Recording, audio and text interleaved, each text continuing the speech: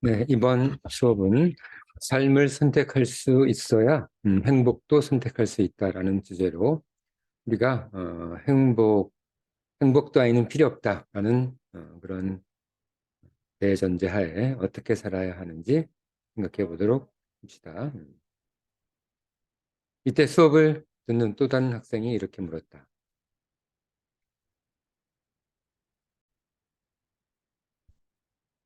학생, 선생님, 저는 책 읽는 걸 좋아합니다. 가끔 어려운 철학책도 읽습니다. 그런데 무슨 말을 하는지 잘 모르는 것도 있지만 어떤 것은 제가 무언가 알고 싶어서 읽기 시작한 그 목적과 주제에 대해 답을 하지 않는 책이 많습니다. 아니, 대부분이라고 해도 될 정도입니다. 왜 그럴까요? 책에서 답을 구하기가 없다고 얘기하고 있습니다. 예를 들어 지금 행복을 찾기 위한 방법에 대한 수업을 듣고 있는데 아무리 들어도 그것을 말해주지 않는다면 같은 경우라고 볼 수 있겠군. 정확히 그렇습니다. 그런데 작가가 왜 책을 쓴다고 생각하나? 물론 생계 같은 것은 제외하고 말일세. 물론 하고 싶은 말, 생각, 사상, 철학이 있어서 책으로 출판하는 거겠죠. 작가가 하고 싶은 말과 자네가 알고 싶은 내용과 정확히 일치할 수 있다고 생각하나? 딱 일치하기는 어렵지만 제목에서 암시하는 내용이 집필 의도 아니겠습니까? 제목이라고 말했나? 이를 한번 들어보겠네. 삼국지, 지하생활자의 수기, 생애 한가운데, 데미안, 반시대적 고찰, 예언자, 주역, 명상록, 인간적인 너무나 인간적인 순수 이성 비판, 방법소설, 신논리학, 리바이어던 이런 제목들이 작가의 집필 의도와 일치한다고 생각하나? 뭐 일부 일치하는 것도 있긴 하겠지만 그 관점에서 보니 별로 일치하는 것 같지는 않습니다. 그렇겠죠. 제목은 예나 지금이나 대중의 주목을 끌만한 것으로 각색되는 법이지. 자네가 책에서 원하는 답을 얻지 못하는 것은 자의적으로 해석한 책의 내용과 자네가 원하는 내용과 일치하지 않아서일 뿐이네. 그럼 제가 원하는 답을 주는 책을 어떻게 선택해야 하죠? 다 읽어봐야 아는 것은 아는 것이라면 말이 안 되지요. 그렇지? 그렇죠. 다 읽어볼 수는 없으니까요. 중국, 중국 음식점, 중국집에서 짜장면을 시켜 먹을 때 자네가 원하는 짜장면의 모든 것을 갖춘 그런 짜장면만 먹나 아니면 짜장면으로 배를 채우면 되는가? 뭐 그렇게 까다롭게 음식을 가리지는 않습니다. 책도 마찬가지네. 자네가 원하는 것을 직접적으로 답하지 않아도 원하는 맛과 다른 짜장면을 소화하듯 자신의 추리와 판단으로 자신의 답을 유추해야 하는 것을 그런가요? 위대한 철학자나 그 책이 자신의 질문에 답하지 않는다면 그것은 자신이 아직 그 답을 받을 만한 준비가 되지 않았다고 생각하면 된다네. 반대군요. 작가 탓이 아니라는 말이군요. 그렇네. 지금 듣고 있는 행보에 관한 수업도 자기가 알고 싶은 내용과 조금 다르더라도 자기 생각과 추론으로 그것을 이끌어내야 하겠고요. 그렇죠? 어, 선생님이 말했던 것처럼 행복에 관한 행복 따위 필요 없다라는 전제하에 어떻게 살아야 되는지, 무엇을 위해 살아야 하는지 스스로, 음, 스스로 결론을 내리라고 했었죠. 자, 그런데 내가 자네들 하나하나 깊은 마음속까지 알 수는 없는 일이니 말이었어요. 그렇긴 합니다. 그런데 선생님, 사람마다 꿈이 있지 않습니까? 그렇겠지. 근데 자기 꿈을 이루며 사는 사람이 얼마나 되겠습니까? 이런저런 이유로 그 꿈을 접게 되겠죠. 이 경우 계속 그것이 마음에 남아 있을 텐데 그의 미래가 행복할 수 있을까요? 우선 직업적 꿈을 말하는 것이지. 네. 그 꿈의 목적이 돈을 버는 것이라면 꼭 그 직업이 아니어도 되니 그것은 아니겠지? 물론이죠. 만약 그 꿈이 선생님이라면 왜 그것을 선택했겠나? 가르치는 것, 정보를 제공하는 것, 그것에 가치를 두었겠지요. 그렇다면 꼭 학교에 나가야 가르치거나 정보를 제공하는 것은 아니지 않은가? 예를 들면요. 요즘 유튜브를 통해 가르칠 수도 있고 인터넷 강의 사이트에서도 가르칠 수 있지 않나? 그렇지요. 그러면 학교 선생님이 아니어도 상관없지 않은가? 하지만 수입이 일정하지 않아 생활이 안정되지 않습니다. 그럼 선생님이 되려는 것은 가르치는 것을 위해서가 아니라 안정된 생활을 위해서 아닌가? 가르치는 것만이 목적이라면 굳이 학교 선생님만 모집할 이유가 없으니 말이야. 그렇겠네요. 자, 노학자가 말합니다. 그럼 안정된 생활이 목적이라면 꼭 선생님이 아니라 공무원이나 다른 직업을 가져도 상관없지 않겠나? 그렇지요. 이러나 저러나 선생님은 돼도 그만, 안 돼도 그만 아닌가? 논리나 이치상으로 직업적 꿈은 행복과 큰 상관이 없겠군요. 자, 논리적으로는 그렇게 추론이 됩니다. 자, 노학자가 말합니다. 봄은 꽃에만 있는 것이 아니라며 봄은 세상 어디에나 있는 법이지. 행복도 어느 한 곳에만 있는 것이 아닐세. 자, 잘 정리해 둡시다. 그래도 꿈을 이루어 그 삶을 시작할 때 행복감도 무시 못하는 것 아닙니까? 물론이네. 자신이 정말 원하는 것을 이루었을 때의 즐거움은 몇 되지 않는 중요한 행복 아니겠나. 그런데 그 꿈을 너무 경시하는 것 아닌가요? 엄밀히 말하면 너무 힘든 꿈을 경시하는 거지. 네? 사람은 꿈을 이루려고 하지만 언제 행복할지도 모를 지경이라니. 짧은 행복을 위한 긴 여정이 너무 고단하지. 그런데 그가 꿈을 이뤄 즐거워할 것이 과연 진짜 행복인지도 잘 모르지 않는가. 행복을 향해 가는 길이 너무 오랫동안 고난의 연속이라면 그것은 행복이 아니라니. 자, 잘 생각합시다. 의학자가 행복에 대해서 얘기하고 있습니다. 꿈을 이루는 과정도 행복해야 진짜 행복이란 말이죠. 그런데 하지만 어렵다고 그렇게 꿈을 포기하면 그것 또한 후회스럽고 마음 아플 것 같습니다. 노학자가 말합니다. 지금 인생에서 성공하는 방법을 수업하는 것이 아니라 행복하기 위한 방법을 수업하고 있지 않나. 인생 전반을 전체적으로 고려한 행복을 논하고 있는 걸세. 그렇긴 하지만요. 노학자가 말합니다. 삶은 원래 어떤 선택을 하든 후회하는 법이지. 그런데 과거는 이미 없고 미래는 아직 없다네. 사람은 과거를 만들어 괴로워하고 미래를 상상해 두려워하지. 이것은 쓸데없는 오래된 습관인 뿐이지.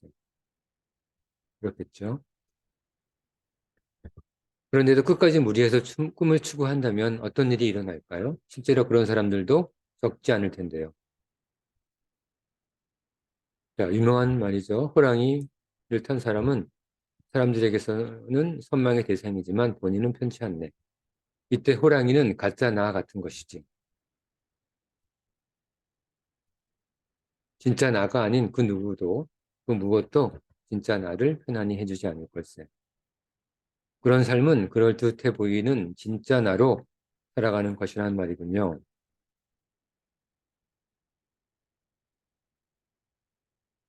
그런 셈이지.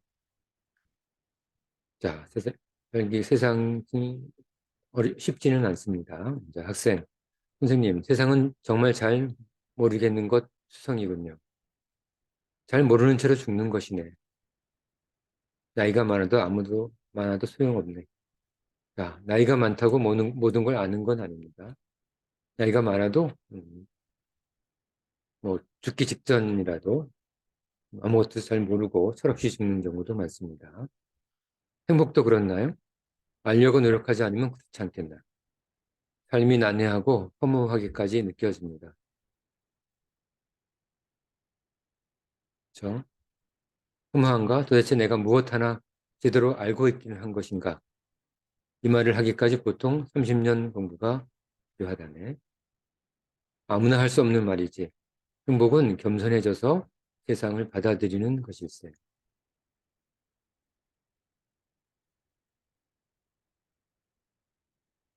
난해하고 허무함도 삶의 그 무엇도 그대로 받아들이라는 말이군요. 그렇게 삶을 받아들이고 겸손해져야 행복을 논할 자격이 생기는 것세.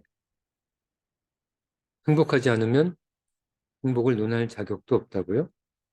자, 이게 무슨 말인가 생각해 봅시다. 당연하네. 왜죠? 행복의 문은 아주 낮은 곳에 있어서 그곳에 가려면 고개를 한참 숙여야 하기 때문일세. 논리적이지 않군요. 지금 노학자 선생님의 말이 아주 논리적이진 않습니다. 자, 노학자. 행복은 다른 사람의 행복을 통해 완성된다고 하지 않았나. 겸손하지 않다는 것은 내 행복을 우선한다는 말일세. 자, 이게 키포인트 같습니다. 행복할 자격이 없는 거죠. 겸손하지 않다는 것은 내 행복을 우선한다는 말. 그런가요? 그런데 선생님, 조금 전 너무 힘든 꿈은 행복을 해친다고 하지 않았습니까? 그럼 행복하기 위해 어떻게 살아야 하는지에 대한 것도 너무 힘들면 포기해야 하는 것 아닌가요?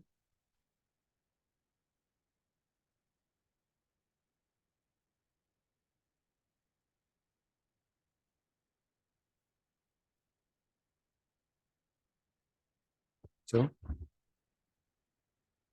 자, 행복하기 위한 방법을 찾다가 힘들어 죽으면 안 되지. 행복 그렇게 어려운 건가요? 자네는 살기 힘들다고 죽나? 힘들, 살기 힘든다고 죽지는 않죠. 뭐 죽기까지 하지는 않죠. 행복도 그냥 삶이네. 힘들어도 그냥 찾는 것이지. 목숨을 끊을 수 없듯이 죽을 때까지 그렇게 찾다, 그렇게 죽는 것이라는. 행복을 너무 대단한 것이라고 생각하지 말고 그냥 한 끼 밥 먹는 듯이 그렇게 살아가라고 얘기하고 있습니다. 결국 아무것도 모른 채 죽을 수도 있다는 것이네요. 그렇지. 그래서 사람들이 행복에 관한 생각을 머리 아파하고 피하는군요. 하지만 어느 하루 저녁 생각한 것 이상 우리 삶에서 더 알 것이 없을 수도 있네. 금방 알 수도 있다는 말이죠. 네? 더는 알 필요 없을 수도 있다는 것이지. 행복은 그렇게 어렵고 많은 지식이 필요 없다는 말인가요? 물론 찾으려는 마음은 항상 있어야겠지. 그렇다면 선생님, 행복하다는 것은 누구나가 나를 좋아하거나 내가 어떤 일을 선택하거나 하는 것과 관련이 있는 것 같습니다. 왜 갑자기 그런 생각이 들었나?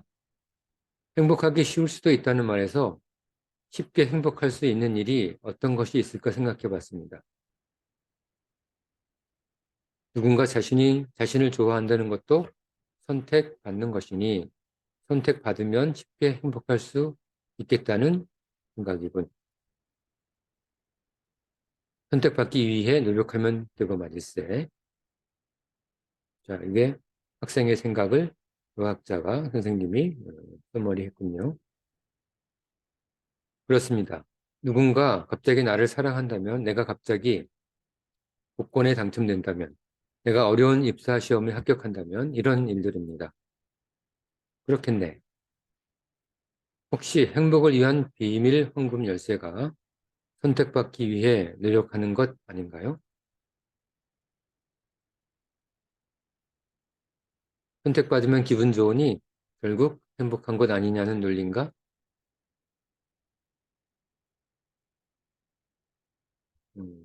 그렇습니다. 그럴 리가 없죠. 네. 하지만 사랑받는다고 아무 조건 없이 행복하지는 않네. 그 행복을 지키려면 쉬운 일이 아닐세. 복권 당첨된 사람들도 모두가 행복하지는 않다네. 이는 자네도 알고 있지 않나. 반드시 갈등이 발생하게 되어 있지. 자네도 대기업 입사한 사람들이 행복한 삶을 산다고 생각하지는 않을 걸세. 좋은 기업일수록 똑똑한 사람들 사이에서 경쟁해야 하지. 똑똑한 사람들이 절대 좋은 사람들을 의미하지는 않는다네. 그렇죠? 선택받으면 잠깐은 행복할지 모르지만 그 행복은 얼마 가지? 글쎄. 선택받아 얻은 행복은 잠시뿐이라는 말이군요. 우리는 대부분 선택받으려 산다네. 죽는 순간까지도 신에게 선택받으려 기도하니 천당에 가기 위해서, 천국에 가기 위해서. 그러면 도대체 우리 삶은 언제 선택하겠나? 행복하려면 우리가 선택하는 삶을 살아야 한다. 그런데 사실 선택하는 삶이 어떻게 가능하죠? 자네도 매일 선택하고 있지 않나? 무엇을요? 점심으로 무엇을 먹을지, 친구가 어떤 영화를 볼지, 수강 신청은 어떤 과목을 할지, 카페에서 커피를 마실지, 과일 주스를 먹을지, 버스를 탈지, 지하철을 탈지, 저 사람과 결혼할지 말지, 죽을지 살지, 건강진단을 받을지 말지, 차를 살지 말지, 집을 살지 말지, 이런 것들 말이세. 그런 것들이야 선택하겠지만, 정작 중요한 것들, 예를 들면 어떤 대학을 갈지, 어떤 회사에 들어갈지, 내 개발 계획이 회사에서 인정받을지 같은 것은 선택받아야 하는 것 아닙니까? 선택하는 것, 선택받는 것.